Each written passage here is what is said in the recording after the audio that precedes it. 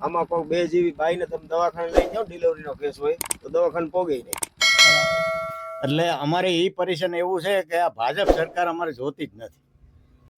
અત્યારે આપણે રાજકોટ જિલ્લાના કોટડા સાંગાણી તાલુકાના ગ્રામ્ય વિસ્તારમાં પહોંચી ગયા છીએ.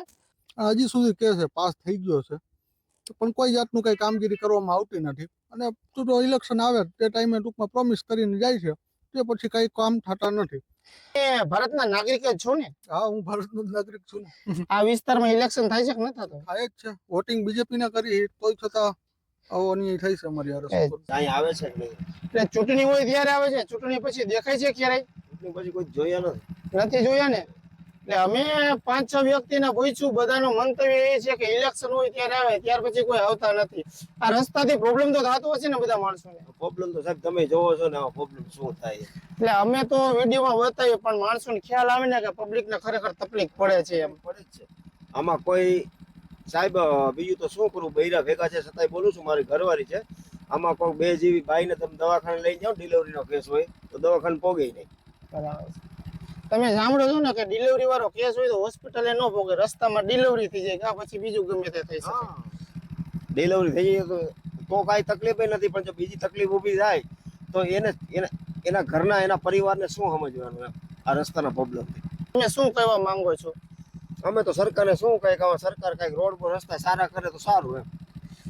સરકારને એ જ કહેવાનું છે કે પ્રજાને બહુ તકલીફ પડી રહી છે, તો તમે સિટીમાં ધ્યાન આપો છો, પણ ગ્રામ્ય વિસ્તારમાં ધ્યાન રાખો કે ગામડાના માણસો છે, ભારતના નાગરિક છે, અને એને ઘણી બધી તકલીફ પડી રહી છે. તો તકલીફ ના પડે, તમે થોડું ધ્યાન રાખો. ને રસ્તો લગભગ 5-6 વર્ષથી ખરાબ છે, તો હવે રસ્તો થવો જોઈએ. ચાલો, જય હિન્દ. અત્યારે આપણે રાજકોટ જિલ્લાના કોટડા સાંગાણી તાલુકાના ગ્રામ્ય વિસ્તારમાં પહોંચી ગયા છીએ, અને કાલમડી અને ચાપાબેડા ગામની વચ્ચે છીએ.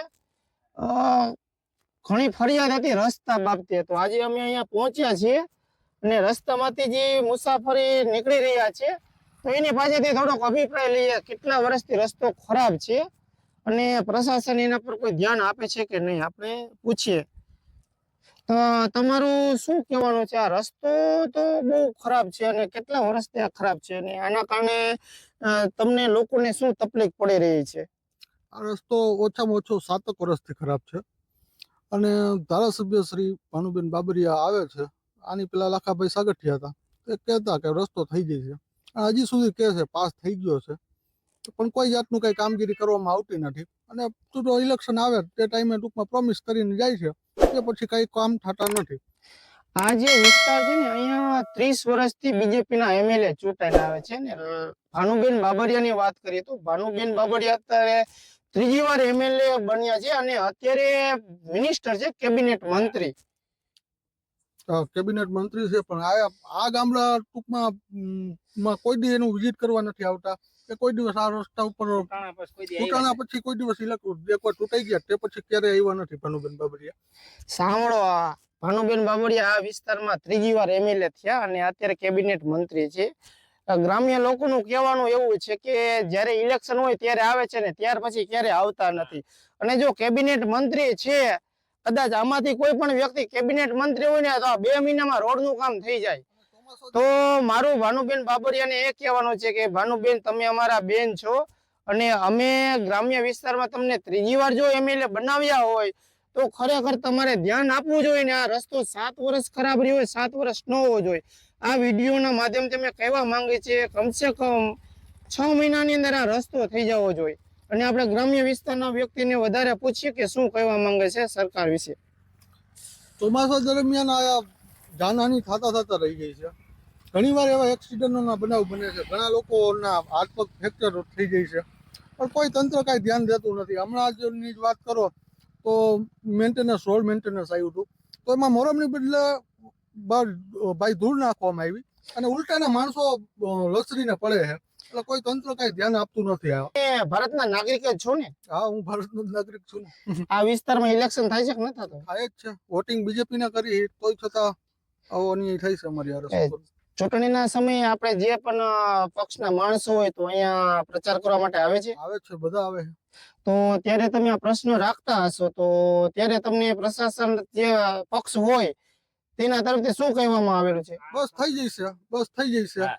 બસ એક જ વાત થઈ જાય છે તમારો રોડ બસ હવે 6 મહિનામાં ટેન્ડર સરપંચનું લઈ લો, સરપંચ 7 વર્ષ થઈ ગયા ઇલેક્શન હોય ને ત્યારે કહેવામાં આવે છે કે ભાઈ તમારા રસ્તા થઈ જશે, પણ 7 વર્ષમાં રસ્તો ક્યારેય થયો નથી. આપણે ગ્રામ્ય વિસ્તારના બીજો એક ભાઈ છે, તો એને જરીક 2 શબ્દો કહેવા માંગે છે, તો આપણે વાત જાણીએ કે શું કહેવા માંગે છે. આ રસ્તો લાખાભાઈ સાગઠિયા હતા ને ત્યારે આ જ પરિસ્થિતિ હતી. તે પછી 5 વર્ષ લાખાભાઈ પૂરા કર્યા. પછી ભાનુબેન બાબરી આવ્યા, એ કેબિનેટ મિનિસ્ટર બન્યા.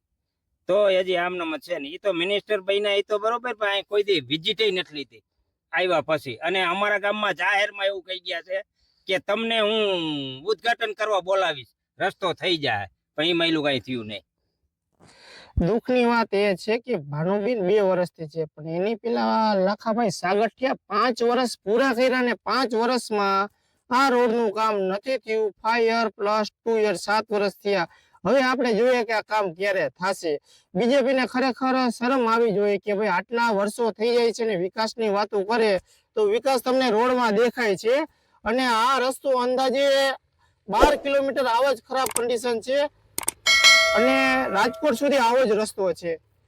તોય કઈ ન કરી ઓલા નોટ બંધ કરી તેથી કે હું બોલ્યો તો કઈ કે નોટબંધી કરી ખાતામાં એટલા પૈસા નાખી જાય, એટલા વાં નાખી નાખ્યા ક્યાંય? 10 વર્ષથી સરવૈયું કરી ગયો છે, વીમા કોઈ ના દીધા નથી, સોપડા એમને ઠોકી નાખ્યા, કાંકીએ સડાવી દીધા એમને. આપણે અત્યારે કાલામડી ગામમાં છીએ, અને કાલામડી ગામમાં બાજુમાં છે નાંદુ પીપળિયા ગામ. એનો વિડીયો હું મેન્શન કરી દઉં છું, વિડીયોમાં તમે જોઈ શકો. જ્યારે વરસાદ આવ્યો 7 દિવસ માણસ ગામમાંથી બહાર નહોતા નીકળી શક્યા. ગામના જે એક બાપા છે ને આપણે થોડુંક જાણીએ. અમારે અહીંયા 7 દિવસ વરસાદ વહેરો, 7 દિવસ નદી નો ઉતરાણી, આમાં ડિલિવરી નો કેસ હોય તો જાવું ક્યાં? તમે જોઈ શકો છો 7 દિવસ એક ગામમાં રહેવું બહુ મુશ્કેલ કહેવાય. વિડીયોમાં તમે જોઈ લેજો.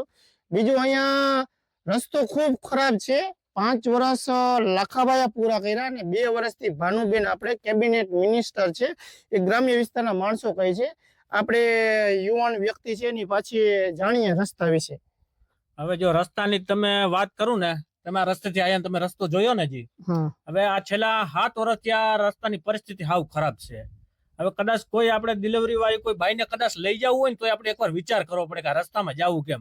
હવે ગમે એ અમારે કદાચ અહીંનો કોઈ ગમે નાગરિક હોય, હવે એને કદાચ આજુબાજુના ગામમાં જવું હોય ને તો એ આડો માર્ગ લે છે, રોડેથી નથી હાલતો. એટલે રોડની પરિસ્થિતિ તમે જોવો ને તો હાવ એટલે હાવ ખરાબ છે. આપણે અમુક વિડીયોમાં જોયું કે અમુક બાઇક વાળા આવે છે રસ્તામાં નથી ચડાવતા, રસ્તો છે જ નહીં સાઈડમાં ચલાવે છે, અને રસ્તો એટલો બધો ખરાબ છે કે જેની હિસાબે માણસોને પુષ્કળ તકલીફ પડે છે. આપણે એક બીજા બાપા છે ને પૂછીએ. બાપા 2 શબ્દો કહેવા માંગે છે. હવે અમારે એવું છે ને કે અહીંયા આ લોકો ભાજપ આવ્યા પછી સરવૈયું કરી જાય છે, પણ માથાવરણનો કોઈ વીમા કે કોઈ સહાય દેતો નથી. અને અત્યારે ખાતરના ભાવ ને દવાના ભાવ ચડતા જાય છે. ખેડૂતને જે કઈ માલ પાકે એની બજાર દેતા નથી, નિકાસ કરતા નથી. એટલે અમારે એ પરેશાન એવું છે કે આ ભાજપ સરકાર અમારે જોતી જ નથી. કાકા, ભાજપ સરકારથી થોડા નાખુશ છે. એનું કારણ એક જ છે કે ગ્રામ્ય વિસ્તારમાં સરકાર તરફથી કોઈ કાર્ય કરવામાં આવતા નથી. તો સરકારને મારી વિનંતી છે કે ગ્રામ્ય વિસ્તારના રસ્તા છે વ્યવસ્થિત કરે, પછી જે બી જરૂરિયાત હોય, થોડીક મોંઘવારીનું પ્રમાણ છે, મોંઘવારી થોડું કંટ્રોલમાં રાખે તો ગામડાના માણસો છે એને અત્યારે જીવવું મુશ્કેલ પડી ગયું છે. તો એ પણ ભારતના નાગરિક છે, એને પણ જીવવાનો હક છે, અને આટલી બધી મોંઘવારી નથી ભોગવી શકતા. કહેવાનું એમ છે કે ખાતર, દવા બધું વધારે છે, એના ભાવ વધારે છે, એના પ્રમાણે જ્યારે વર્ષ પૂરું થાય માલનું વેચાણ કરે તો એટલું પ્રોફિટ નથી મળતું. તો સરકાર શ્રી ગ્રામ્ય વિસ્તારના ખેડૂતોનું થોડું ધ્યાન રાખે, બસ એ જ મારી સરકારને વિનંતી છે. જય હિન્દ.